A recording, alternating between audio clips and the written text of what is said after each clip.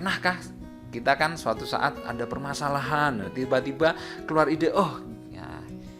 Nah, seperti gambar dari ilustrator yang ada di layar ini kan, ada persoalan, keluarlah ide. Nah, itu adalah anugerah yang diberikan kepada kita yang berupa logika, yang berupa yang diproses di otak kita.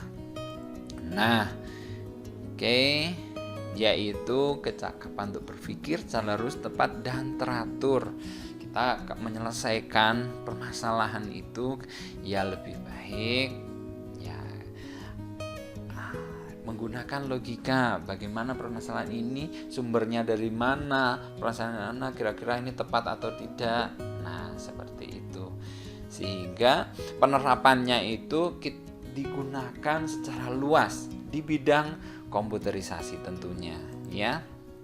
Nah, berawal dari tentunya adalah sebuah permasalahan, diproses, dan akhirnya lahirlah sebuah ide. Bagaimana temuan-temuan saat ini itu berawal dari sebuah masalah, iya kan? Misalnya Alva Thomas Edison misalnya dengan permasalahan saat itu belum ada penerangan, gelap gulita, hanya memanfaatkan dari pencahayaan dari minyak, ya kan, sehingga terang, tidak tahan lama, sehingga terus kemudian dia memproses suatu bahan yang dapat memancarkan cahaya, dan ada permasalahan lagi, bahannya tidak terlalu kuat, cepat putus, ganti lagi, sehingga lahirlah lampu pijar seperti itu. Dan algoritma adalah salah satu dari ilmu yang mempelajari cara penyelesaian masalah berdasarkan langkah-langkah terbatas yang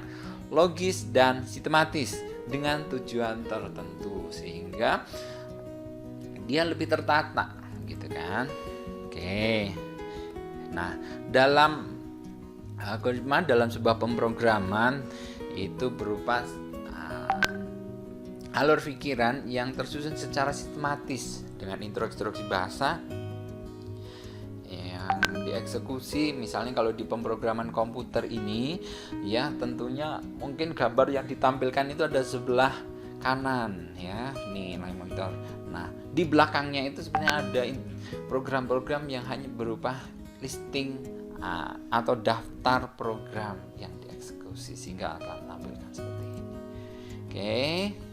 Nah, terkait dengan macam-macam bahasa pemrograman, ya kita sedikit tahu. Mungkin ini yang jurusan multimedia dan teknik komputer mungkin akan lebih dalam, tapi kita yang di luar itu mungkin sekedar mengetahui bahwa ada program bahasa pemrograman komputer, yaitu C++, ada C++, ada Java. Mungkin kalian tidak terlalu paham, mungkin tidak terlalu familiar, tapi mungkin bagi saya, generasi saya itu Java itu populer.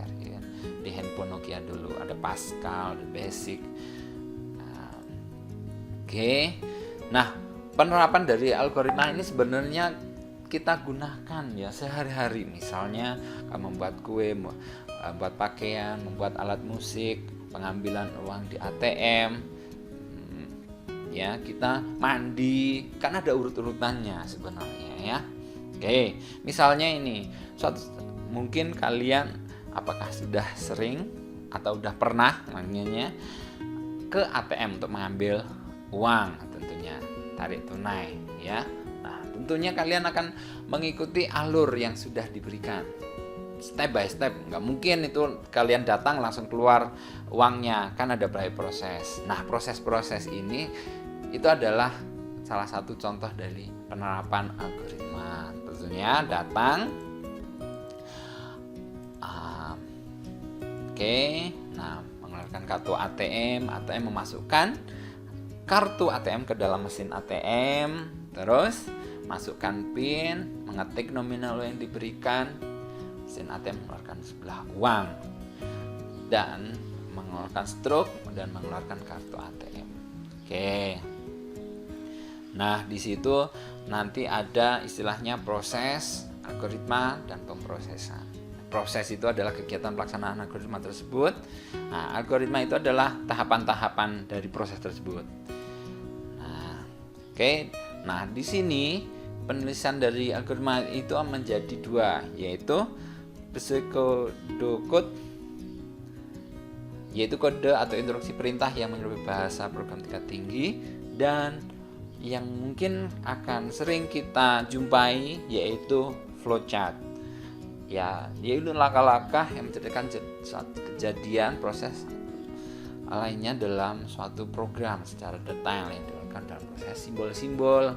Mungkin pernah kita misalnya ke mana, mungkin kalian dulu waktu mendaftar di SMK Komodo kan ada flowchart, berarti entry apa dulu, entry dari UN, entry dari ini, masukkan verifikasi kesehatan, masukkan nomor PIN dan sebagainya.